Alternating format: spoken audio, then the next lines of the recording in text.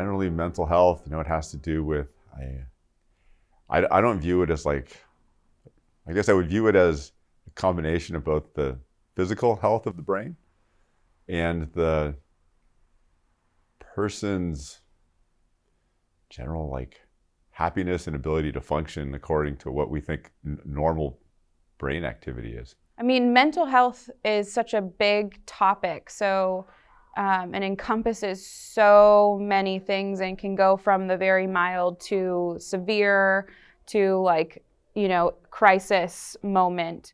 It's like the health of like the most important part of your body, like your brain, which is important. My mental health, I think it's fair to say it's been fairly steady.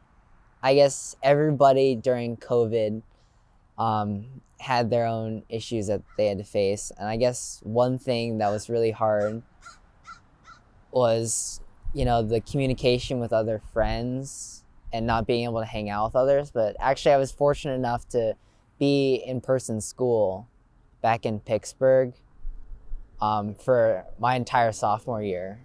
So there was no like major gap for me. I think the biggest issue in society that leads to mental health issues is, it comes from all around like health problems. I think it comes from, and by that I mean physical health, I mean environmental health.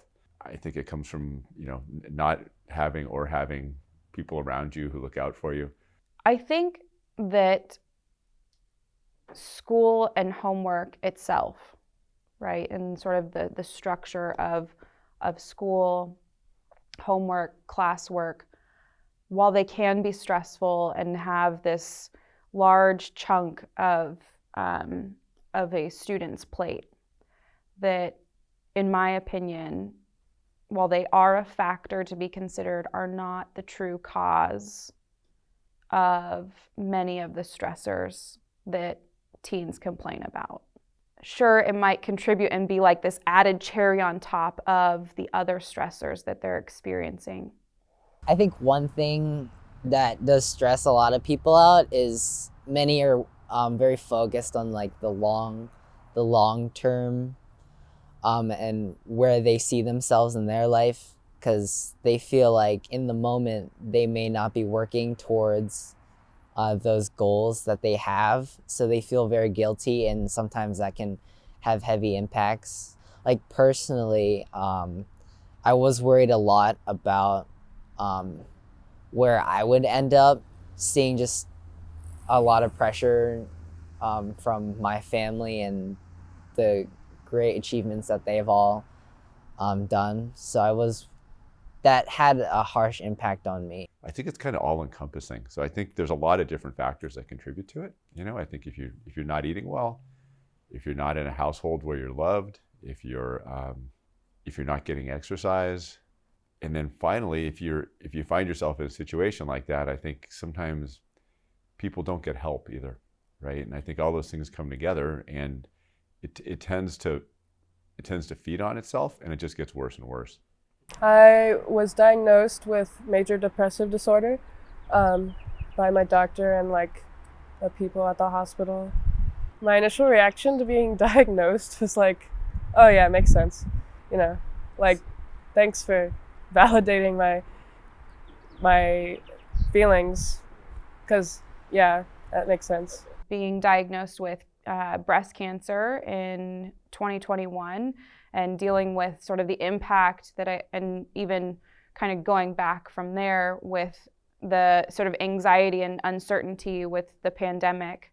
Also having friends and family around that are there to support, to talk to, was, I think, pivotal in making sure that I had this sort of stable foundation to move forward and to kind of keep putting one foot in front of the other. I think like the great challenge in my life is that my wife had a chronic illness, and she was really sick for about 10 years before she finally passed away. And that's the low point of my life, is when my wife died. I still have like 2 teenage kids when that happened. She, you know, you leave behind a lot of people. She left behind a lot of people that cared about her. I mean, honestly, the only thing right now that I'm most worried about that impacts my mental health, if anything, is just worrying about my grades and my future for like college and so forth. That's my main concern right now, and so that'll be probably the only thing that gives me main fluctuations in my mental health. I think how productive I feel affects like a lot of my mental health, because like we're especially in Silicon Valley, it's like we're all really expected to always be producing something, otherwise, you know, we can't make money or like have a good job or go to a good college. It's like then like we're not contributing to society, so it's like then we're not worth anything.